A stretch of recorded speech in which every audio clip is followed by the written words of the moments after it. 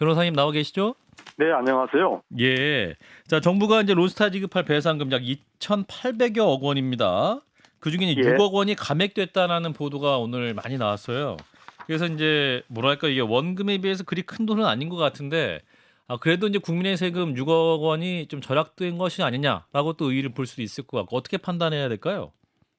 지금 이 론스타 사건은 어, 지난 8월 31일 이 선고됐을 때 제가 제기했던 문제입니다만, 예. 이 론스타로 인해서 이익을 본 사람들이 있잖아요. 예. 그 이익을 보게 된 과정에서 불법이 있었기 때문에 우리 국가가 패소한 것이거든요. 그래서 예. 저는 누가 어떤 잘못을 했는지 판결문을 완전히 공개하고 제대로 조사 수사해야 된다라는 게 저희 입장이었습니다. 예. 근데 이제 당시 한동훈 법무부 장관은 이걸 무효시킬 수 있는 충분한 승산이 있다. 국민의 세금도 1원이라도 안 들게 하겠다라고 했는데, 예. 제가 봤을 때는 현재 이 판결에서 굉장히 까다로운 무효 사유가 있다고 보지 않고요. 예. 더욱이 지금 정부도 인정하고 있는 것은 이 판결이 유효하잖아요, 지금요. 아직 예. 무효가 되지 않았으니까요. 그렇죠.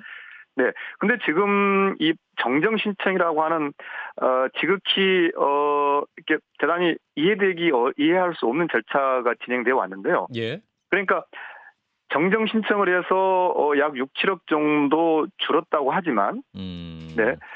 이 기간 동안에 오히려 이자가 어제 날짜를 기준으로 계산해 보니까 598만 달러, 네, 약 한 74억 이상 오히려 이자가 증가한 상황이거든요. 예. 이게 유효한 판결이라는 것을 법무부는 왜 자꾸 그것을 이렇게 부인하면서 마치 그것이 국민의 세금을 아끼는 것인 것처럼 말하는지를 대단히 이해할 수 없습니다. 한동훈 장관이니까 말씀하신 대로 판정 무효 신청을 한다고 했었는데 판정 무효 신청이 내졌습니까? 지금 진행되고 아니죠. 있나요? 아직도 검토 중인 단계예요?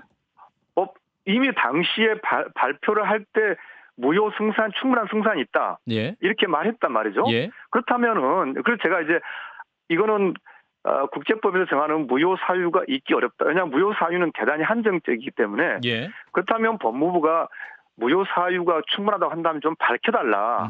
어차피 그 무효 사유로 주장을 할 테니까 그것을 미리 밝힌다고 해서 그게 무슨 상대방에게 우리 어떤 전략을 미리 드러내는 것도 아니거든요. 예.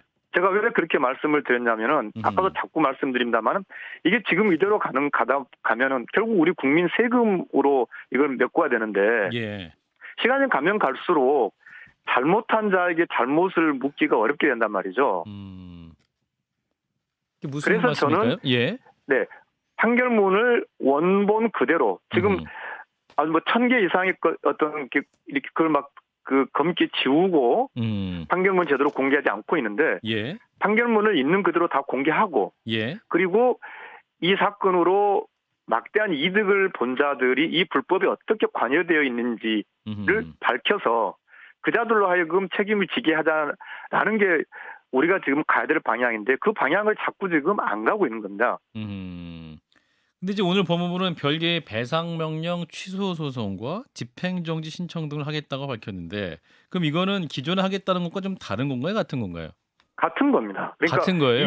이미 판결은 유효하고요. 예. 네, 유효하고 이게 판결문의 복리로 이자가 늘어나는 것이고 지금 미국이 이 판결의 기준이 된 미국 금리가 지금 미국이 금리가 올라가면서 국채 1개월 물이 5.2%거든요. 예.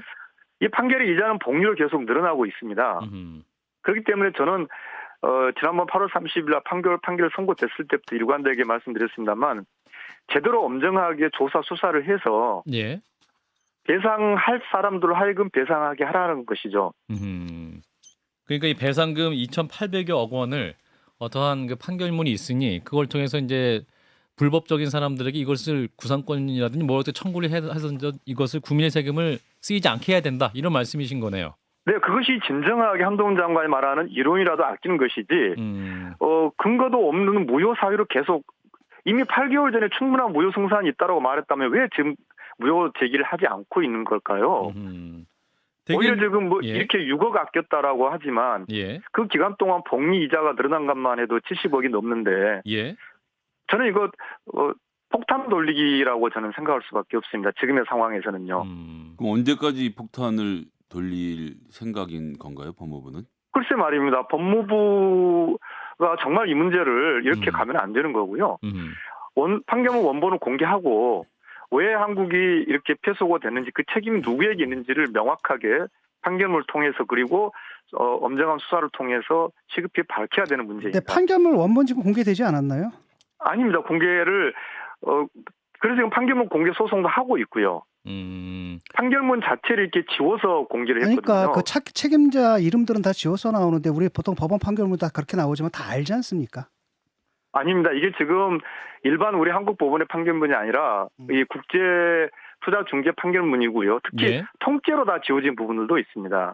그래서 지금 행정법원에서 정보공개 소송이 진행되고 있습니다. 그러니까 론스타에 우리 정부가 지급할 배상금 약 2,800여 원에 대해서 이제 그 판정한 그 판결문 안에는 누구의 잘못으로 인해서 이러한 그 배상금이 발생했다는 것이 알 수 있기 때문에 그 판결 예. 원문을 제대로 공개를 해야 된다. 그래야지 누가 책임져야 하는지 알 수 있다라는 말씀인 거네요.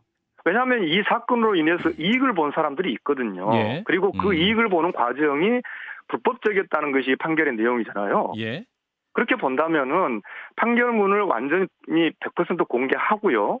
그리고 의심나는 부분, 추가되는 부분에 대해서는 시급히 빨리 수사가 들어가야 한다고 생각을 합니다. 변호사님, 그럼 추가 수사도 예를 들어서 판결문이 공개되면 가능하다고 보시는? 사실 법무부는 다 봤을 테니까 검찰에게 수사를 의뢰한다든가 이런 것도 가능하지 않나요? 당연히 지금 법무부가 자꾸 계속 이야기하지 않습니까? 법무부 스스로도 경제범죄나 중대범죄는 예. 검찰이 이렇게 수사를 해야 된다고. 근데 왜 이걸 수사하지 않느냐는 거죠. 3천억 가까운 우리 국민의 세금으로 나가야 되는 사건인데 예. 국제법적으로 대단히 근거가 성립하기 어려운 판결은 무효를 계속 이야기하고 있고요. 대단히 답답한 상황입니다.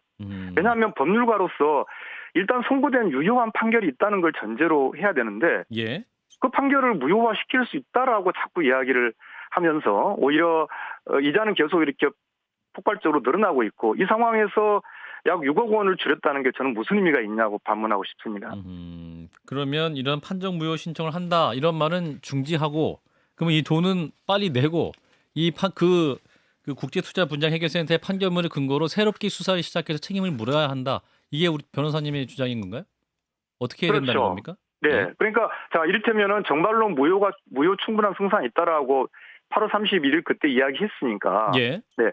그 충분한 승산이 있는 근거를 사실은 진작 이야기를 해서 그렇구나. 뭔가 일정한 여론 형성되면은 우리가 이자가 늘어나는 걸 감수하고 우리는 그냥 무효로 갔어야 되는 거고요. 예. 지금은 무효도 가지 않고 판결은 이자대로 늘고 그렇다고 해서 판결에서 제기된 불법에 대해서 수사도 하지 않고 있는 상황입니다. 그 배상 명령 취소 소송 및 집행정지 신청 등을 하겠다고 하니까 그 언젠가는 하겠죠.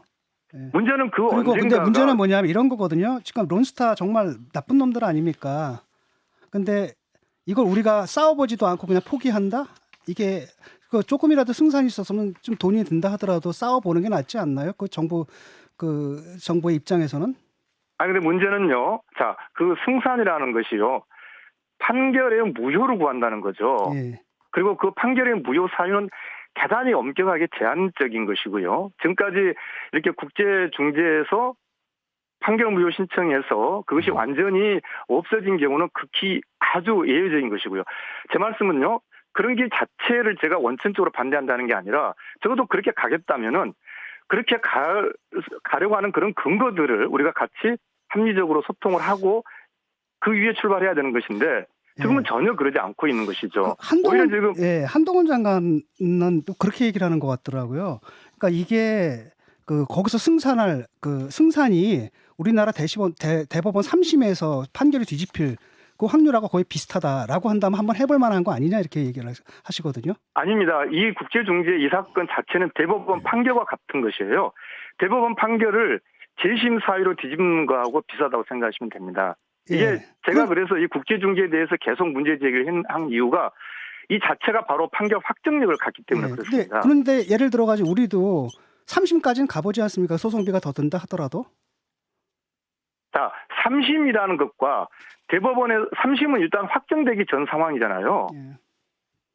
지금 이 사건 자체는 이미 확정된 판결이라는 걸 저는 자꾸 그런 법률가로서 그것을 부인할 수는 없습니다. 우리가 가입한 국제중재 절차 조약에 이 판결은 이 국제중재는 이 자체가 곧 확정적이고 구속력을 갖는다라고 되어 그러니까 있습니다. 진작까지 말씀은 그러니까 일반 판결처럼 대법원 3심 판결이 적용되는 그 재판은 아니잖아요. 이게 국제투자분쟁 해결센터 재판이라는 그러니까 것이. 그 그냥 확률상으로 1심, 2심에서 패배했다 하더라도 많은 사람들이 3심까지 가본다는 거죠. 확률로 떨어진다 하더라도. 근데 거기서도 뒤집어지는 경우가 있기 아니 그러니까 때문에. 3심이 있는 예, 겁니까 예. 변호사님? 이 재판이 일반 재판처럼?